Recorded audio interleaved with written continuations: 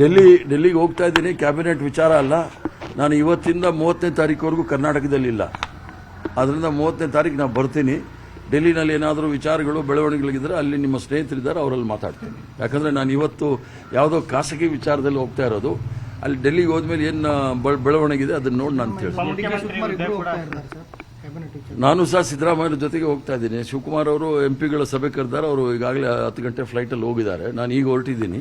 ಅಲ್ಲಿ ಹೋದಾಗ ಏನೋ ಬೆಳವಣಿಗೆ ಇದ್ರೆ ನಿಮ್ಮ ಸ್ನೇಹಿತರಿಗೆ ಸಿಗ್ತೀನಿ. ನಾನಾದರೂ ಹೋಗ್ತಾ ಇರ್ತಕ್ಕಂಥದ್ದು ನಾನು 3 ದಿವಸಗಳ ಕಾಲ ಕರ್ನಾಟಕದಿಲ್ಲ. ಅದಕ್ಕೋಸ್ಕರ ಡೆಲ್ಲಿಗೆ ಹೋಗಿ ಆ ಕಡೆ ಹೋಗ್ತೀನಿ.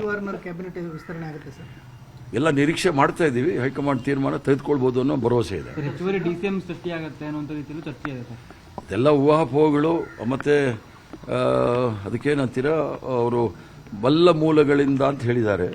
ಆ ಬಲ್ಲ ಮೂಲಗಳಿಂದ ಅಂದ್ರೆ ಯಾರು ಬಲ್ಲವರು ಅನ್ನೋದನ್ನ ಅವ್ರನ್ನ ಕೇಳಿದ್ರೆ ಬಹಳ ಒಳ್ಳೆಯದು. ಸಿದ್ದರಾಮಯ್ಯ ಚುನಾವಣಾ ರಾಜಕೀಯದಿಂದ ನಿವೃತ್ತಿ ತಗೊಳ್ತೀನಿ ಅಂತ ಹೇಳಿದ್ದಾರೆ. ಅವರ ತೀರ್ಮಾನದ ಬಗ್ಗೆ ಏನನ್ಸುತ್ತೆ? ಅವರು ಕಾರಣ ಕೊಟ್ಟಿರ್ತಕ್ಕಂಥದ್ದು ಬಹಳ ಅರ್ಥಗರ್ಭಿತವಾದ ಕಾರಣ. ರಾಜಕಾರಣ ಬಹಳ ಕೆಟ್ಟಿದೆ, ಹಣದ ಪ್ರಭಾವ ಜಾಸ್ತಿ ಇದೆ. ಅದು 100ಕ್ಕೆ 100 ಸತ್ಯ. ತೋಳುಬಲ, ಹಣದ ಬಲ ಇದೆ, ತೊಂದರೆ ಇಲ್ಲ. ಕಪ್ಪು ಹಣದ ಬಲ ಇವೆಲ್ಲವೂ ಸಹ ಇರೋದ್ರಿಂದ ಅವರು ಬೇಸತ್ತು ರಾಜೀನಾಮೆ ಕೊಟ್ಟಿದ್ದಾರೆ. ಅವ್ರ ಕಾರಣ ಬಹಳ ಮುಖ್ಯ.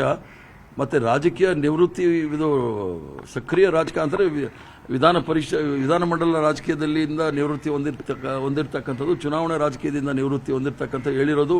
ಅದನ್ನು ನಾನು ಅವ್ರನ್ನ ಪತ್ರಿಕೆಯಲ್ಲಿ ನೋಡಿರೋದು. ಅವರಲ್ಲಿ ಮಾತಾಡೋವರೆಗೂ ನಾನು ಹೇಳೋಂಗಿಲ್ಲ. ಬಟ್ ಯಾವ ನಿಮ್ಮ ಪತ್ರಿಕೆಗಳು ಮಾಧ್ಯಮದಲ್ಲಿ ಬಂದಿದೆ, ರಾಜಕೀಯ ಬಹಳ ಕೆಟ್ಟದಾಗಿದೆ, ಹಣದ ಬಲ, ತೋಳುಬಲ ಇವೆಲ್ಲವೂ ಜಾಸ್ತಿ ಆಗಿರೋದ್ರಿಂದ ನನಗೆ ಬೇಸತ್ತಿದೆ ಅಂತ ಹೇಳಿದ್ದಾರೆ. ಅದು ನಿಜ. ಡೆಲ್ಲಿಗೆ ಹೋಗ್ತಾ ಇದ್ದೀನಿ. ಕ್ಯಾಬಿನೆಟ್ ವಿಚಾರ ಅಲ್ಲ. ನಾನು ಇವತ್ತಿಂದ 30ನೇ ತಾರೀಕುವರೆಗೂ ಕರ್ನಾಟಕದಲ್ಲಿಲ್ಲ. ಅದರಿಂದ 30ನೇ ತಾರೀಕು ನಾನು ಬರ್ತೀನಿ. ಡೆಲ್ಲಿನಲ್ಲಿ ಏನಾದರೂ ವಿಚಾರಗಳು ಬೆಳವಣಿಗೆಗಳಿದ್ದರೆ ಅಲ್ಲಿ ನಿಮ್ಮ ಸ್ನೇಹಿತರಿದ್ದಾರೆ, ಅವರಲ್ಲಿ ಮಾತಾಡ್ತೀನಿ. ಯಾಕಂದರೆ ನಾನು ಇವತ್ತು ಯಾವುದೋ ಖಾಸಗಿ ವಿಚಾರದಲ್ಲಿ ಹೋಗ್ತಾ ಇರೋದು.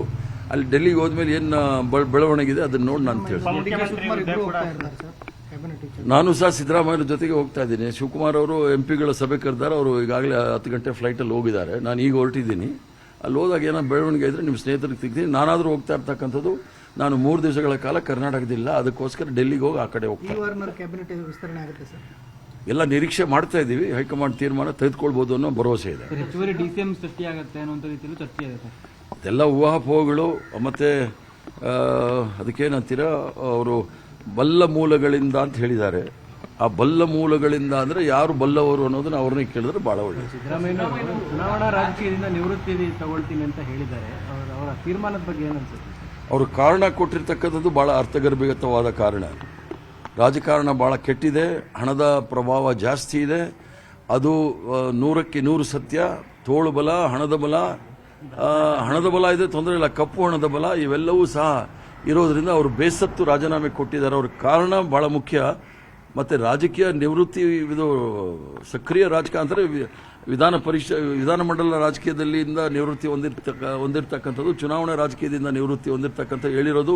ಅದನ್ನು ನಾನು ಅವ್ರನ್ನ ಪತ್ರಿಕೆಯಲ್ಲಿ ನೋಡಿರೋದು. ಅವರಲ್ಲಿ ಮಾತಾಡೋವರೆಗೂ ನಾನು ಹೇಳೋಂಗಿಲ್ಲ. ಬಟ್ ಯಾವ ನಿಮ್ಮ ಪತ್ರಿಕೆಗಳು ಮಾಧ್ಯಮದಲ್ಲಿ ಬಂದಿದೆ, ರಾಜಕೀಯ ಬಹಳ ಕೆಟ್ಟದಾಗಿದೆ, ಹಣದ ಬಲ, ತೋಳುಬಲ ಇವೆಲ್ಲವೂ ಜಾಸ್ತಿ ಆಗಿರೋದ್ರಿಂದ ನನಗೆ ಬೇಸತ್ತಿದೆ ಅಂತ ಹೇಳಿದ್ದಾರೆ. ಅದು ನಿಜ.